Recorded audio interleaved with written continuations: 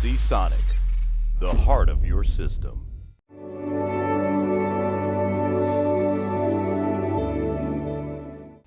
I'm the Awarded for Kit Guru. I'm here with Natalie from MSI. Hello. Natalie has been here twice before, 3 times before, many times before. Natalie is the #1 visitor to this studio.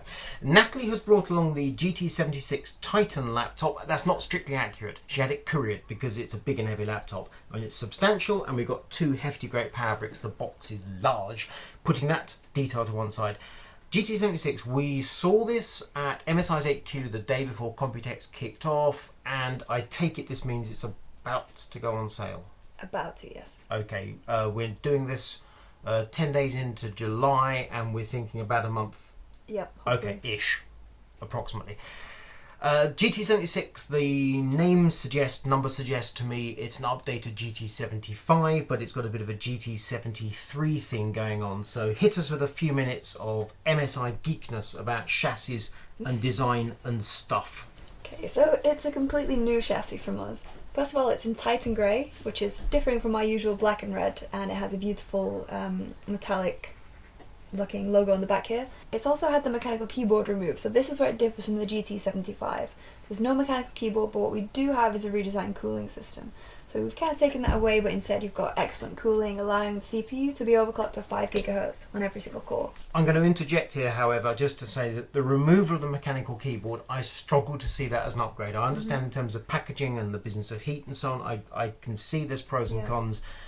If you can sell to the good viewer how removing the mechanical keyboard is a positive thing in any way, please do. So you know those times when you're gaming at night and you're not supposed to be awake, or you're in an office and people don't want to hear the that's one upside. Okay. That you put me on the spot, but I'll roll with it. Let's see what we can do here. But, and you knew, and let's face it, you knew it was coming. I mean, you know that this is one of the big questions. I mean, there's the obvious power draw, the lack of portability because it's desktop replacement. We've been here many times before, but the removing the mechanical keyboard, and I know you've got the Steel Series logos and such like, but I'm struggling with it. I'm genuinely torn on this one. So it's still a gaming keyboard, but we've removed that basically so we could have better cooling, a redesigned shape. So as you can see here, it has some stuff sticking out of the back, but that's for advanced airflow. Yep, we are going to be pulling the bottom off this to show some of the innards. Yep. The description of the cooling system is similar to GT75 in 11 heat pipes, loads of copper and so on. However, it is a different cooling system because internally it's quite different.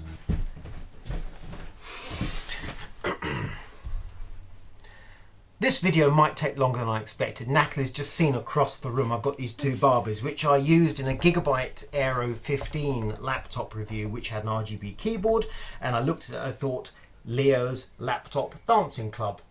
So I had it.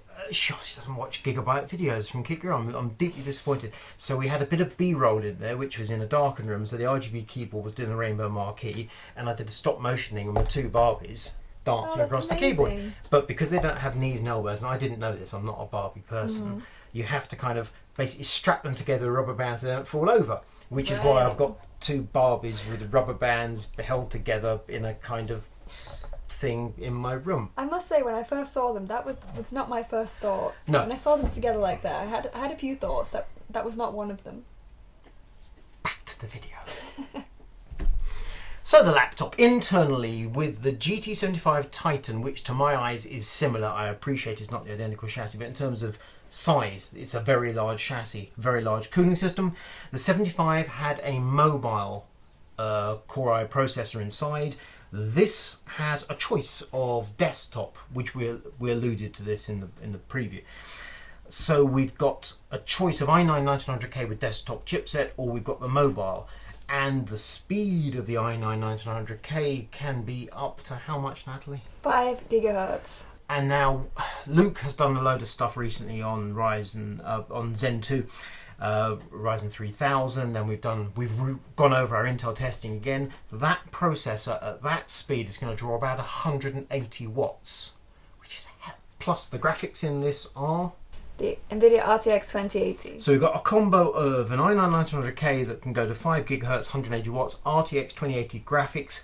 That's 230, I think, 200, a lot. Those 2 power bricks over there, those 2 30-watt 2 by 230 watt power bricks make a load of sense. And if I hark back to the original Titan, which was a hell of a size bigger than this and had a much more messy, I mean, this has got this little dongle thing going on.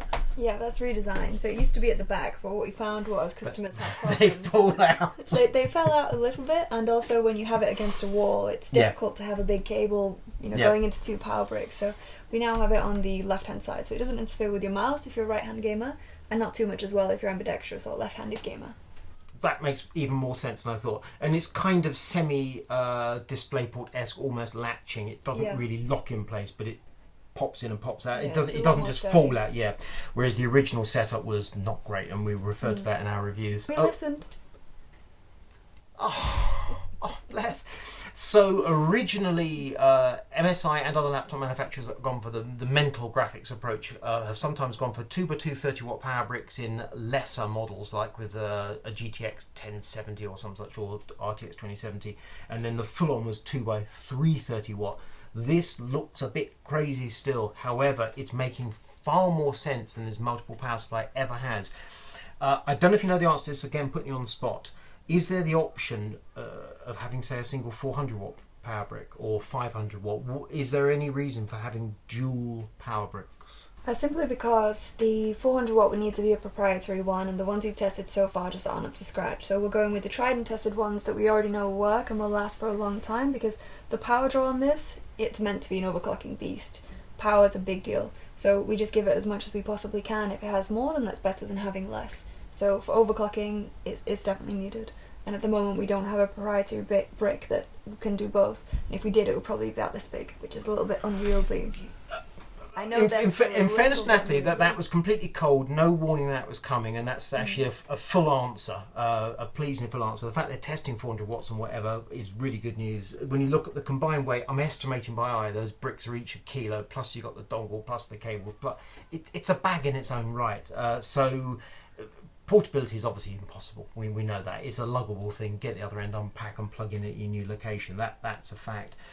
I was really surprised with previous Titans. I've made some passing reference in a review on 4 years ago now, to, this is obviously for very rich people, and discovered students by Titan. They go away from home.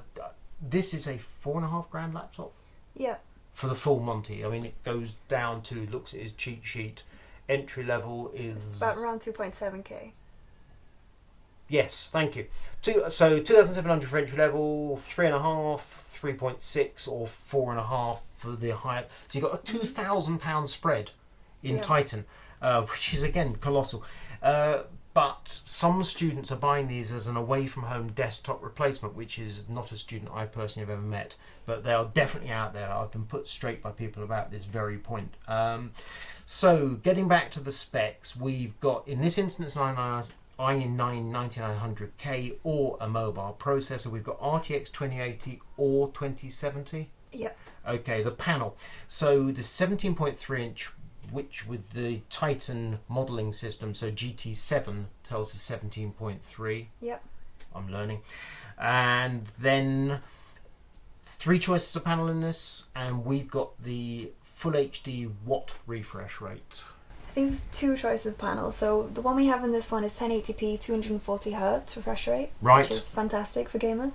And the other one we have is a 4K panel, which is IPS. Right, and with the 240Hz, presume that's a TN of some persuasion. I mean, that yes, monster it's a very refresh. Good quality right. TN. Personally, there's only minimal difference for me between the TN and the IPS. It's only the angles where you can really see. Yep. Obviously, the colour accuracy will be better on the IPS, but this one's still very high colour accuracy. And the irony of that statement there is, in the past, obviously, for gamers means colour accuracy really don't really care. You care about what's in the shadows, which NVIDIA's gone about huge depth with RTX graphics. But now we've got for creators, of course. Exactly. So you've got the colour accuracy.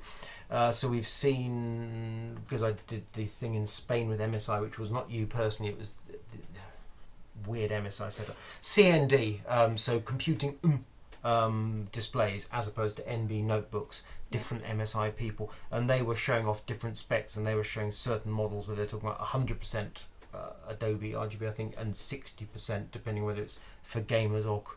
Yep.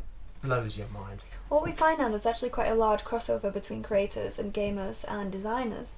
Many people who do design also, play games, and many people who are even doing game design courses, they need a good balance of power, performance, and a mixture of features, because this laptop has to do everything. Has to do everything a PC would. So we're trying to put as much as possible in terms of choice, because people now, they're not just in one box. Sometimes they're in many different boxes. I think it's time to pull the bottom off and have a good look at the cooling system inside this fairly huge laptop. Ooh, We have removed 6 screws from this cover. The cover is just resting in place, which is why it looks a little bit... Natalie's going to give us a quick talk about this, and then we're going to pull it off and see what's inside. Okay, so we have a redesigned bottom. And also we have carbon fibre, a large mesh grille here, and carbon fibre just around the speaker area here. And speakers again are Dyne Audio, which I'm not sure if you remember. Do you remember which car they made the speakers for? No, I was just thinking. I knew I was going to put. No, I'm going to have to pass on this. It was the Bugatti Veyron. There we have it. How could you forget? Well, I'm old and forgetful. It's just as straightforward as that. Inside, we've got a lot of different things.